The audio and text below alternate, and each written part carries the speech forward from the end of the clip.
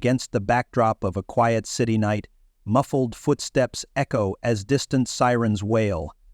The camera focuses on an old bridge cloaked in fog, where a man in an expensive suit stands at the edge, holding a phone. His name is Viktor Smirnov, a successful businessman. He glances nervously around and whispers into the phone, "I can't wait any longer. Where is she?" "Calm down," replies a voice on the other end. "Everything is going according to plan."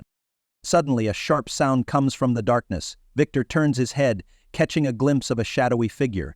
In the next moment, Viktor plummets from the bridge into the river. The following day, private investigator Anna Litvinova is hired by Viktor's wife, Olga Smirnova. Olga is distraught. Viktor didn't return home, and the police consider him a missing person.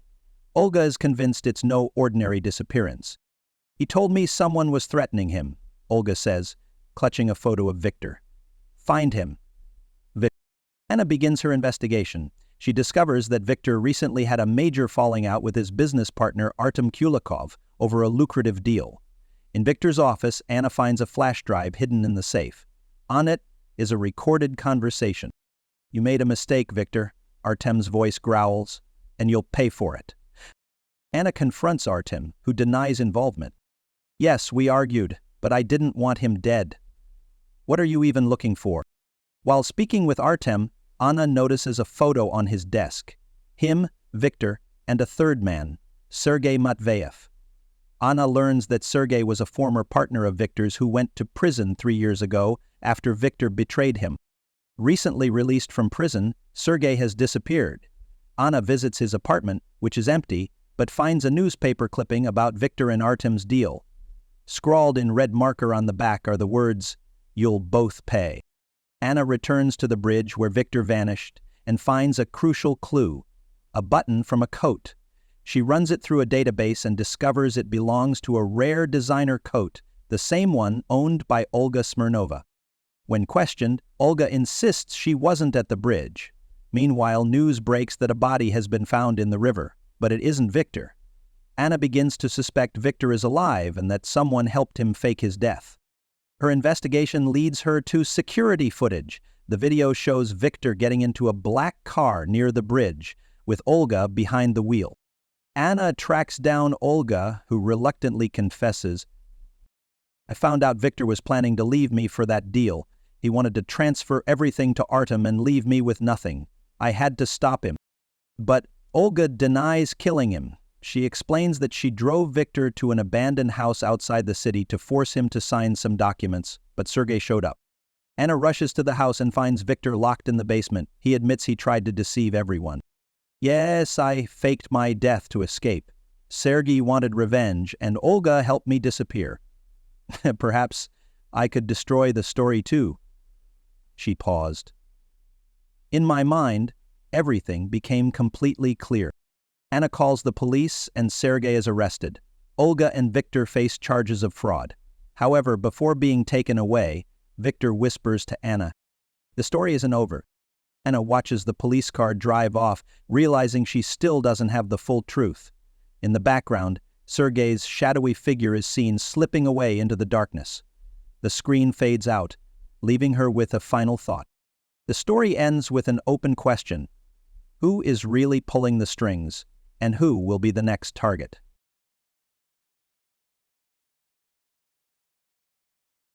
The rain fell in heavy sheets, painting the city streets with streaks of silver and gray. Detective Evelyn Carter pulled her coat tighter, her gaze fixed on the neon sign of the Blue Haven, a rundown jazz club known for its shadowy clientele. Tonight wasn't about the music. It was about answers. Inside, the haze of cigarette smoke swirled around dim lamps, casting long shadows on faces hiding more secrets than stories. Evelyn spotted him immediately. Vincent Romano, a mid-level gangster with a knack for being at the wrong place at the wrong time. Tonight, he was her lead.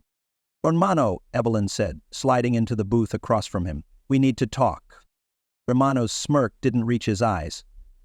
"Detective Carter, didn't know you enjoyed slumming it with the riffraff.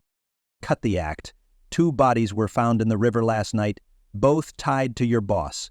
You've got one chance to explain before I make it your problem." Vincent leaned in, lowering his voice. "You think you're chasing a couple of murders? This is bigger than that, lady. You've got no idea what you're stepping into." He slid her a folded piece of paper under the table. Evelyn unfolded it, revealing an address scribbled in hasty penmanship. "What's this?" she asked. Vincent stood, smoothing his jacket. The first domino. "Don't say I didn't warn you."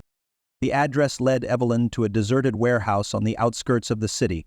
Its broken windows and rusted metal exterior screamed of abandonment, but the faint hum of activity inside told another story.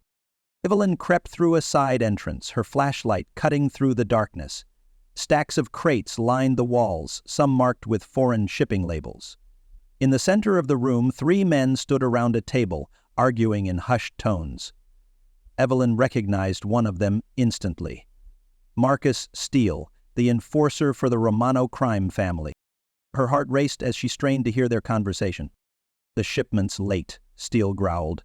"We've got clients breathing down our necks. If we don't deliver, it's not just us who'll pay." "Relax," another man replied. "The deal's already in motion. We've got insurance this time."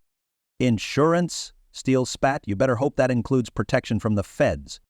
A sudden creak betrayed Evelyn's position. The men turned sharply, Steele's hand moving to his gun.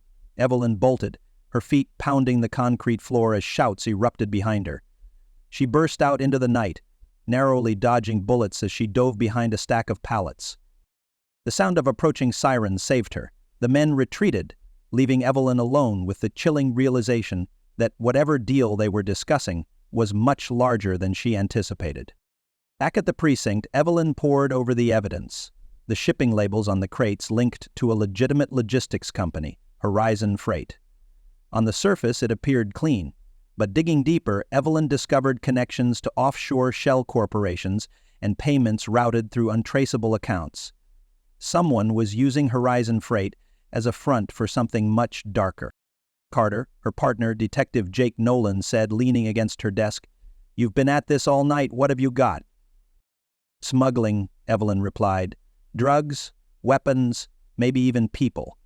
Horizon Freight's at the center of it, and Steele's crew is running the operation." Jake frowned.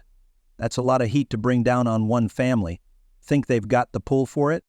"I don't," Evelyn admitted, "which means someone else is pulling the strings." The name Romanov surfaced repeatedly in her search, an elusive figure rumored to control a vast criminal network spanning continents. If Romanov was involved, this wasn't just a local issue. It was international. The tension mounted when Evelyn's phone buzzed with an anonymous text. "Stay away from Horizon Freight or you'll regret it." Ignoring the warning, Evelyn and Jake staked out one of Horizon Freight's warehouses. At midnight, a convoy of unmarked trucks arrived, escorted by armed guards. Evelyn's camera clicked rapidly, capturing the faces of the men unloading the cargo. Among them was Steele, barking orders. "We need to move," Jake whispered. "Before they—" A spotlight flooded their hiding spot. "Cops!" someone yelled. Evelyn and Jake were forced to flee, but not before Evelyn planted a tracking device on one of the trucks. The chase led them to the city docks, where the cargo was being loaded onto a massive container ship.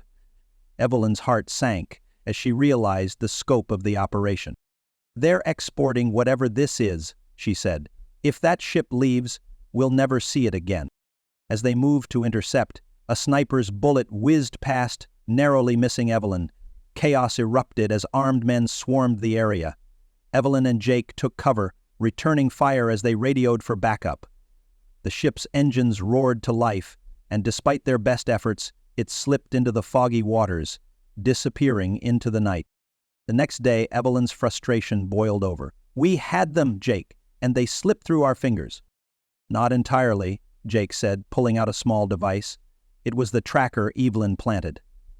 The ship's location pinged off the coast, heading for an abandoned offshore oil rig. The rig, Evelyn learned, was decommissioned years ago, but now served as a secret hub for illicit activities. Mobilizing a team, Evelyn and Jake launched a raid on the rig. The assault was intense, with gunfire echoing across the waves. Evelyn confronted Steele in the rig's control room. "It's over, Steele," she said, gun trained on him. Steele laughed. "You think arresting me changes anything? Romanov's empire doesn't end with me." Before he could say more, a hidden gunman fired, hitting Steele. Evelyn dove for cover as chaos erupted. Steele's dying words chilled her. "Damned it. It's a crimson deal. It's already in motion." Back at the precinct, Evelyn pieced together the fragments of the case. The crimson deal was more than smuggling. It was a global conspiracy involving high-ranking officials, corporations, and underworld bosses. Romanov remained a ghost, always one step ahead. As Evelyn stared at the evidence board, her phone buzzed again. This time it was a photo of her taken from outside her apartment, accompanied by a single line: "You can't stop what's coming." The story ends with Evelyn standing by her window, the city lights below flickering ominously. Somewhere in the shadows, Romanov watched, and Evelyn knew the battle was far from over.